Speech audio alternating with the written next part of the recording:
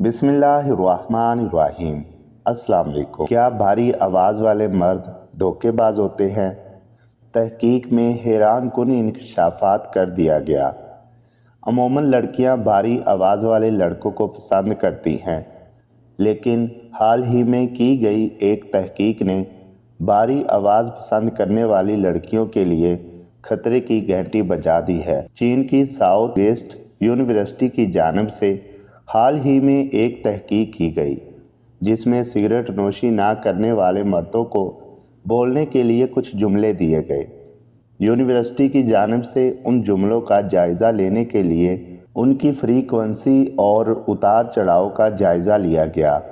इस मरहले के बाद इन मर्दों के अपने जीवन साथी के साथ ताल्लुकात के लिए इनका नफ्सियाती जायज़ा भी लिया। इस तहकीक के ज़रिए ये बात सामने आई कि भारी मर्दाना आवाज़ वाले अफराद अपनी शरीक हयात के साथ कम मुखलिस पाए गए, और ये बात भी सामने आई कि ऐसे अफराद अपने जीवन साथी को धोखा भी दे सकते हैं। तहकीक में शामिल अफराद की आवाज़ को उनकी जिनसी तस्कीन की ख्वाहिश के हार्मोन्स के लेवल के ज़रिए चेक किया गया। ये बात भी तहकीक में साबित हुई कि भारी आवाज़ वाले मर्द हजरात में धीमी आवाज़ वाले मर्दों के मुकाबले में जिनसी तस्कीन की ख्वाहिश का लेवल ज़्यादा पाया गया।